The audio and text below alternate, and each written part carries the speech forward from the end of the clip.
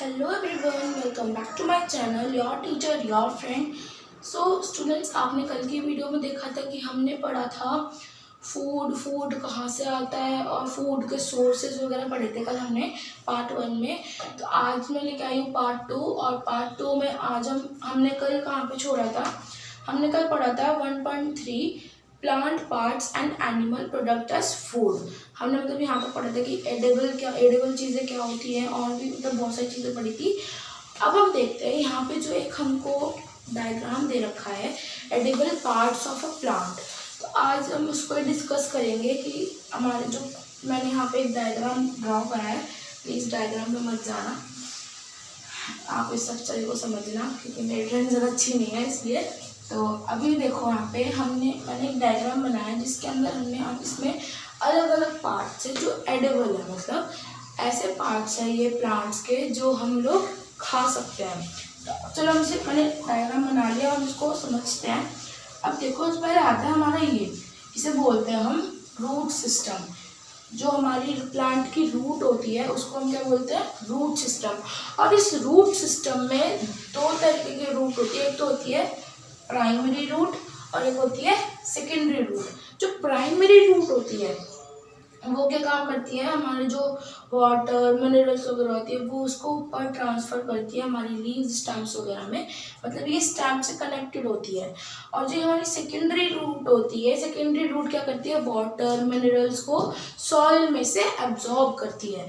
और ये हमारी कितने तरीके की रूट हो गई, एक तो प्राइमरी रूट है, एक सेकेंडरी से। इस पूरे रूट सिस्टम को क्या बोलते हैं हम, ये पूरा क्या होता है जो प्राइमरी सेकेंडरी रूट को मिला के पूरे जितने भी रूट्स हैं क्या बोलते हैं हम, रूट सिस्टम।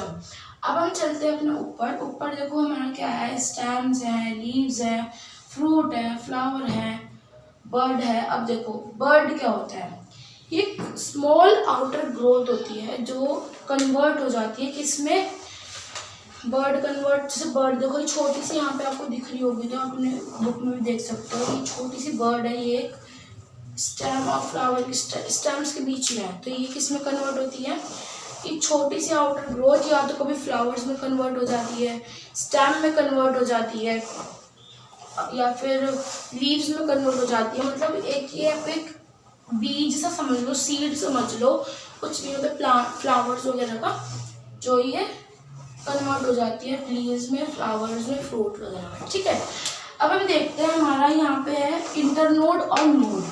नोड क्या होता है और इंटरनोड क्या होता है। नोड जो होता है वो यहाँ पे आप देखो, यहाँ पे एक लीफ है, ठीक है, और यहाँ पे ये स्टेम है। अब यहाँ पे एक लीफ के यहाँ पे एक पार्ट है, स्टेम और लीफ के बीच का जो पार्ट होता है उसे क्या बोलते हैं हम, नोड। अब देखो यहाँ पे एक लीफ बनी हुई है और यहाँ पे स्टेम है, और जो यहाँ से जो पार्ट है यहाँ का, ये जो देखो ये जो पार्ट है यहाँ पे, इसे क्या बोलेंगे हम, नोड। और ऐसे अगर देखो यहाँ पे भी नोड है, एक ये लीफ है और यहाँ पे एक स्टेम है, इसके बीच का पार्ट भी एक नोड ही है, ठीक है, नोड।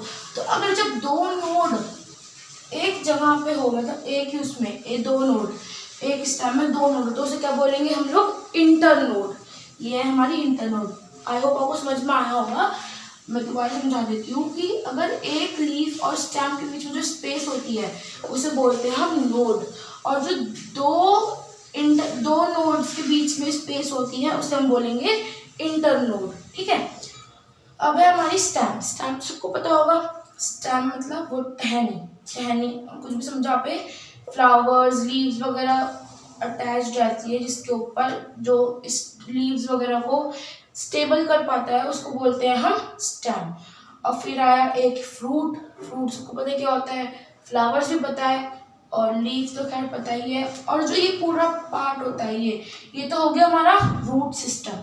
और जो ये है फ्लावर्स, फ्रूट, लीव, बर्ड, ये सबको क्या बोलेंगे हम लोग, शूट सिस्टम। ठीक है, आई होप आपको समझ में आया होगा। ये सारे हमारे क्या हैं, एडिबल पार्ट्स ऑफ प्लांट्स। हम लीफ को भी खाते हैं, खाते हैं ना, लीफी वेजिटेबल्स को भी, फ्लावर भी खाते हैं, फ्रूट्स भी खाते हैं हम, स्टेम भी खाते हैं कई कई वेजिटेबल्स वगैरह की, और शूट सिस्टम तो बोलते हैं इस पूरे को, ठीक है। और इस नीचे वाले को बोलते हैं रूट सिस्टम। हम लोग रूट्स भी खाते हैं कभी कभी, है ना, अलग अलग वेजिटेबल्स की रूट्स भी खाते हैं। ये हमारे different edible parts of plant, ठीक है। हम इन सब चीज़ों को खा सकते हैं। तो आई होप आपको समझ में आया होगा। Root system, shoot system, flower, fruit, stem और नोड और इंटरनोड। अगर नहीं समझ में आता मुझसे कमेंट सेक्शन में दोबारा पूछ सकते हो। वैसे समझ में तो आ गया होगा। एक लीफ और स्टेम के बीच के स्पेस को बोलते हैं नोड, और अगर दो नोड के बीच के स्पेस को बोलते हैं हम इंटरनोड, ठीक है। अब हम पढ़ते हैं अपना चैप्टर। हमने कल कहाँ तक पढ़ा था? हमने यहाँ तक पढ़ लिया था 1.3 के, यहाँ इस वाले पेज नंबर 3 तक एडिबल पढ़ लिया था हमने कि एडिबल क्या होता है। अब हम चलते हैं अपनी एक्टिविटी 4। एक्टिविटी 4 पे क्या बोल रहा है? From all the food items you have listed in table 1.3 choose those items whose ingredients are obtained from plants. Which part of a plant? Identify these and list the food item and plant parts. अब देखो इसमें क्या बोल रहा है? From all the items you have listed in table 1.3. Table 1.3 थी हमारी, जिसके अंदर हमने फूड आइटम्स लिखा था, उसके इंग्रेडिएंट्स लिखे थे, उनकी सोर्स लिखी थी कि वो कहाँ से मिलते हैं। तो ये बोल रहा है कि आपको इनमें से फूड आइटम्स चूज करने हैं, मतलब हाँ, choose those items whose ingredients are. आपको इनमें से वो आइटम्स चूज करने हैं जिनके जो इंग्रेडिएंट्स है वो प्लांट से हमें मिलते हैं, ठीक है। Which part of a plant, और ये भी देखना है कि हमें कौन से पार्ट ऑफ प्लांट से हमें ये इंग्रेडिएंट मिलते हैं, ठीक है। Identify these and list the food items and plant parts is shown table 1.4। अब देखो यहाँ पे टेबल 1.4 दे रखी है, ठीक है। तो ये बोल रहा है यहाँ पे एक्टिविटी 4 में कि आपको इस टेबल में से वो फूड आइटम के इंग्रेडिएंट सेलेक्ट करने हैं जो कि हमें प्लांट से मिलते हैं, और प्लांट्स के कौन से पार्ट से मिलते हैं, एडिबल पार्ट से मिलते हैं। अब देखो यहाँ पे हमें एग्जांपल दे रखा है ब्रिंजल करी। ब्रिंजल करी के इंग्रेडिएंट है ब्रिंजल। ब्रिंजल हमें कौन से पार्ट से मिलता है? प्लांट के फ्रूट पार्ट। फ्रूट पार्ट से हमें क्या मिलता है? ब्रिंजल। और फिर है chilli as spices any other, मतलब कोई सी भी स्पाइसेस भी कहाँ से मिलती है हमको? फ्रूट पार्ट से मिलती है, ठीक है। Oil from groundnut, mustard, soybean, और ऑयल भी कहाँ से मिलता है हमको? सीड से मिलता है, ठीक है। ये भी तो एक पार्ट्स ऑफ प्लांट ही है। ऐसे ही आपको 2 मोर एग्जांपल्स लिखने हैं। सेलेक्ट करके हमें लिखना है कि हमें कौन से इंग्रेडिएंट प्लांट से मिलते हैं और प्लांट के कौन से पार्ट्स से मिलते हैं, ठीक है। अब हम चलते हैं अपनी एक्टिविटी 5 पर। यहाँ पे बोल रहा है take some dry seeds of moong और चना। आपको ड्राई सीड्स लेनी है, मतलब सीड मतलब बीज, किसके? मूंग दाल और चना के। Put a small quantity of seeds in a container filled with water and leave it aside for a day. आपको वो जो हम मूंग दाल और चना लेंगे, आपको एक कंटेनर में रख के उसके अंदर पानी डाल के वाटर ऐड करके आपको 1 दिन के लिए रख देना है। Next day drain the water completely and leave the seeds in the vessel. ये बोल रहा है कि अब आपको अगले दिन उसका जो पानी है उसको ड्रेन करना है, पानी को निकाल देना है उन सीड्स में से, और उन सीड्स को ऐसे छोड़ देना है, ठीक है। Wrap them with a piece of wet cloth and set aside. और फिर क्या करना है आपको? वो जो हमारी सीड्स में से हमने पानी ड्रेन आउट किया था, हमें उस सीड्स को एक गीले सूती कपड़े से अच्छे से कवर करके एक जगह रख देना है, ठीक है। The following day do you observe any change in the seeds. क्या आपको नोटिस करना है कि आपने उस सीड्स में कुछ एब्जॉर्ब किया है, चेंज, ठीक है, ऑब्जर्व किया है, चेंज, ठीक है। यहाँ पे लिखा है a small white structure may have grown out of the seeds. A small white structure मतलब आपने कई बार देखा होगा, हमारी मम्मा घर पे बनाती है स्प्राउटेड चना, स्प्राउटेड मूंग दाल। स्प्राउटेड मतलब एक उसके अंदर हमारी जो सीड होती है, अगर हम उसको वाटर के अंदर डाल के रख दे और फिर उसका अगले दिन पानी निकाल के सारा उसको एक वेट क्लॉथ में रख दें रात भर पूरा, और सुबह देखें तो उसके अंदर से एक वाइट स्ट्रक्चर बाहर निकलता है, एक टाइप का वाइट आउटर ग्रोथ होती है वो, तो उसे बोलते हैं स्प्राउटेड सीड्स। ठीक है, वो हमारी स्प्राउटेड सीड्स बन जाती हैं। ठीक है, उसमें से मतलब एक स्मॉल वाइट स्ट्रक्चर आता है, वो खाने लायक बन जाती है फिर सीड्स। फिर मम्मा उसे कुक करती है हमारी, और फिर हम उसे खाते हैं। तो स्प्राउटेड मतलब वो होता है कि when a small white color outer growth come out of the seed is called sprouted। ठीक है, तो देखो यहाँ पे मैंने स्प्राउटेड की डेफिनेशन लिख दी है, ये आपकी बुक में भी मिलेगी, आप लोग इसको एक बार देखना। देखो यहाँ पे लिखा है स्मॉल वाइट स्ट्रक्चर। अब यहाँ पे देखो एक हमें फिगर भी दे रखी है, यहाँ पे है पहले सीड मूंग दाल की। ठीक है, फिर उसको जब हमने पानी में भिगो के रखा पूरी रात, फिर सुबह पानी निचोड़ के उसको गीले कपड़े में हमने कवर कर दिया, तो वो एक स्प्राउटेड सीड्स बन गई। यहाँ पे देखो फिगर भी दे रखी है मूंग दाल एरिया, फिर जब उसको हमने गीला वाटर डाल के उसको गीले कपड़े में कवर करके रखा, तो एक ये स्प्राउटेड वाइट स्ट्रक्चर उनमें से बाहर आ गया। और इसको हम लोग बॉईल करके भी खा सकते हैं, इसका सैलेड बना के भी खा सकते हैं, और इसको हम लोग स्पाइसेस के साथ भी मिक्स करके खा सकते हैं। ठीक है, ऐसे ही हमारे यहाँ पे देखो हमें ही दे रखा है चना भी दे रखा है, चना भी हमारा ऐसी स्प्राउटेड हो सकता है जैसे मूंग दाल की थी हमने वैसी। तो स्प्राउटेड का मतलब मुझे लग रहा है कि आपको समझ में आ गया होगा कि मतलब जब एक सीड में से स्मॉल वाइट स्ट्रक्चर बाहर आता है, come out from white structure में have grown out of the seeds have sprouted, उन्हें बोलते हैं स्प्राउटेड सीड्स। ठीक है, देखो यहाँ पे लिखा है, हम यहाँ से पढ़ रहे हैं, हम यहाँ से हनी वाली डायग्राम से ऊपर, do you know where honey come from और हाउ इट इज़ प्रोड्यूस्ड। क्या आपको पता है कि हनी कहाँ से आता है और वो कहाँ से प्रोड्यूस्ड होता है, मतलब कहाँ से मिलता है। Have you seen a bee hive where so many bees keep buzzing about. Bee hives मतलब मधुमक्खी नहीं, हाँ मधुमक्खी का छत्ता, बी हाइव मतलब मधुमक्खी का छत्ता, और वो मधुमक्खी उसके छत्ते के आगे बजिंग मतलब भिनभिनाती रहती हैं। बीज collect nectar sweet juice from flowers converted into honey and store it in their hive. अब देखो यहाँ पे नेक्टर क्या होता है। नेक्टर एक sweet juice of flower. Nectar एक स्वीट जूस ऑफ फ्लावर है जो कि बीज कलेक्ट करती हैं। ठीक है, नेक्टर जब बीज देखे आपने, तो बीज जब फ्लावर्स के ऊपर जाके बैठ जाती है तो वो एक स्वीट जूस कलेक्ट करती हैं। वो स्वीट जूस कलेक्ट करने के बाद वो अपने बी हाइव में जाती हैं, बी हाइव मतलब उनका छत्ते में जाती है, और वहाँ पे जाके वो उनको स्वीट जूस ऑफ फ्लावर को शहद में कन्वर्ट कर देती हैं। तभी तो हमें जो शहद मिलता है वो कहाँ से मिलता है, हमें वो भी फ्लावर से ही मिलता है, वो भी तो एक पार्ट्स ऑफ प्लांट ही है फ्लावर। जब बीज कलेक्ट करेंगी वो अपने बी हाइव में लेके जाएंगी, तो फिर बी हाइव से हमें शहद मिलेगा। ठीक है, अब यहाँ पे लिखा है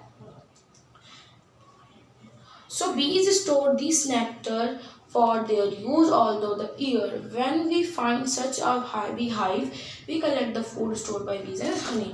और जो बीज शहद कलेक्ट करती हैं वो उस शहद को 1 साल तक चलाती है। कितने साल तक? 1 साल तक चलाती हैं। और फिर अगर वो मतलब दिख जाता है हमें वो शहद, तो हमारा मन करता है कि हम उसको ले लें। मतलब जो कलेक्टेड फूड होता है उसका बीज का, वो हम उसे ले लेते हैं, लाइक हनी।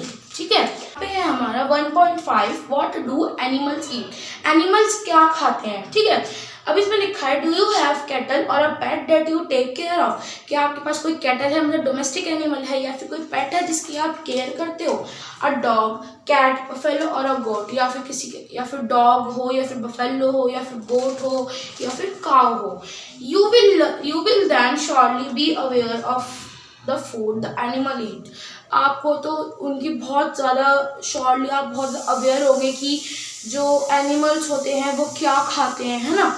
अगर आपके पास पेट एनिमल वगैरह है। What about other animals? Other animals का क्या, अदर एनिमल्स क्या खाते होंगे? जो हम डोमेस्टिक एनिमल्स, पेट एनिमल्स हम जिन्हें अपने पास रखते हैं, उनका तो हमें रहता है कि हाँ हमें इनको ये इस टाइम पे ये चीज़ खिलानी है। लेकिन उन एनिमल्स का क्या, जो एनिमल्स बाहर रहते हैं, जो जिन्हें कोई पालता नहीं है, मीन्स वाइल्ड एनिमल्स और भी बहुत सारे एनिमल्स।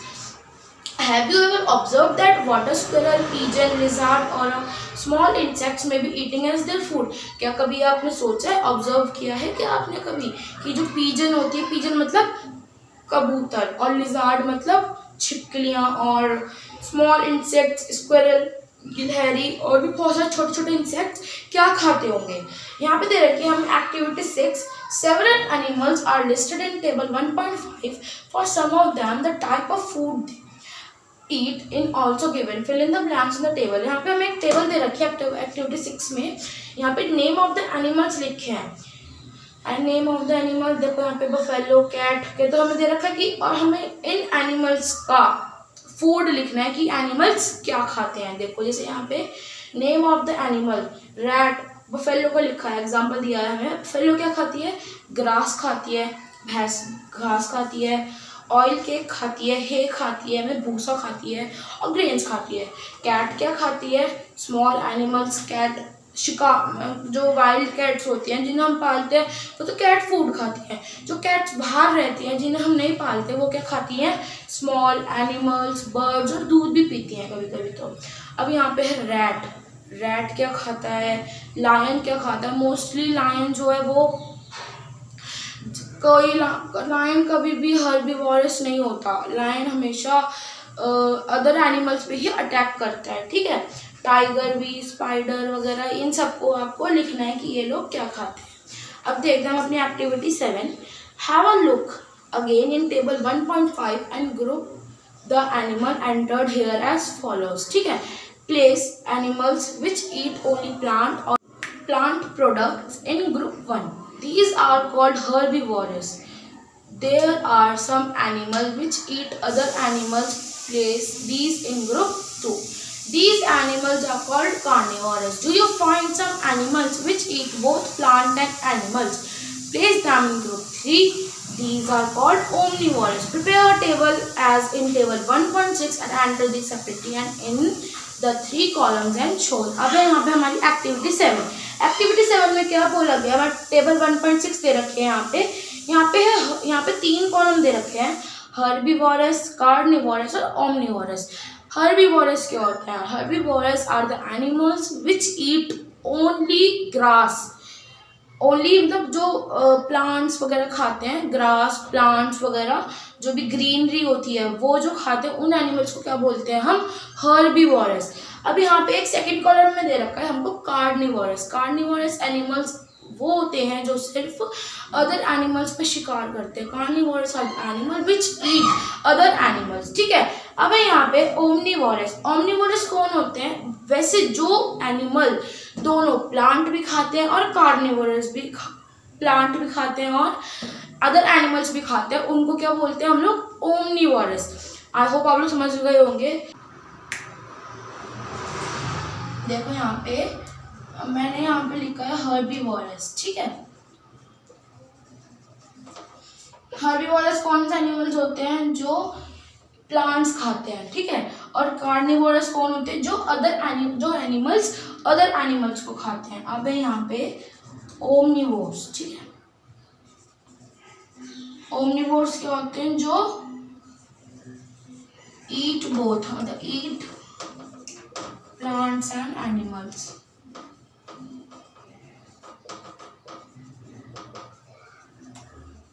ये तो हम फर्स्ट क्लास में पढ़ते हैं ऐसे।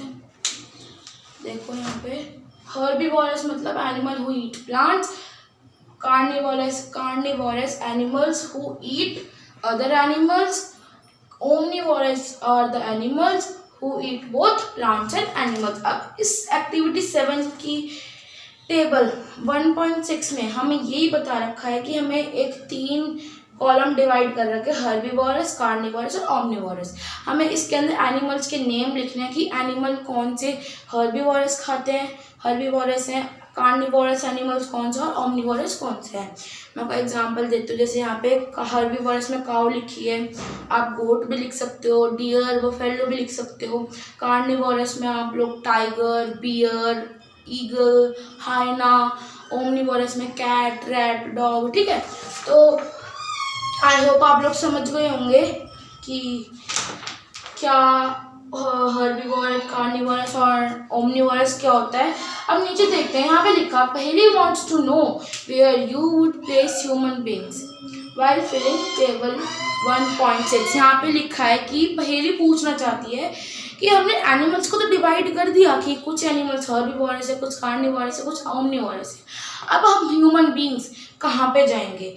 हम ह्यूमन बीइंग्स, अब मैं आपको बताऊँ, हम ह्यूमन बीइंग्स जो है हम ओमनिवोरस है, क्योंकि अब कुछ हर्बीवोरस होते हैं, कुछ जो ह्यूमन बीइंग्स होते हैं वो सिर्फ वेज खाते हैं, वेजिटेरियंस होते हैं। कुछ होते हैं कि वो प्लांट्स मतलब वेज फूड भी खाते हैं और नॉन वेज भी खाते हैं, तो मतलब वो जाएंगे ओमनिवोरस में। अब है कार्निवोरस में, मतलब जो सिर्फ जो ह्यूमन बीइंग से नॉन वेज पसंद करते हैं वो सब आएंगे ओमनिवोरस में, सॉरी कार्निवोरस में। हर्बीवोरस में वो ह्यूमन बीइंग आएंगे जो वेज फूड पसंद करते हैं खाना। कार्निवोरस में जो सिर्फ नॉन वेज ही खाते हैं, और ओमनिवोरस में जो दोनों खाते हैं। ठीक है, तो आज का चैप्टर यहाँ पे फिनिश हो चुका है। हमने यहाँ पे पूरा समझ लिया है, रीड कर लिया है। अब आपको कुछ डाउट हो तो आप मुझसे कमेंट सेक्शन में पूछ सकते हो।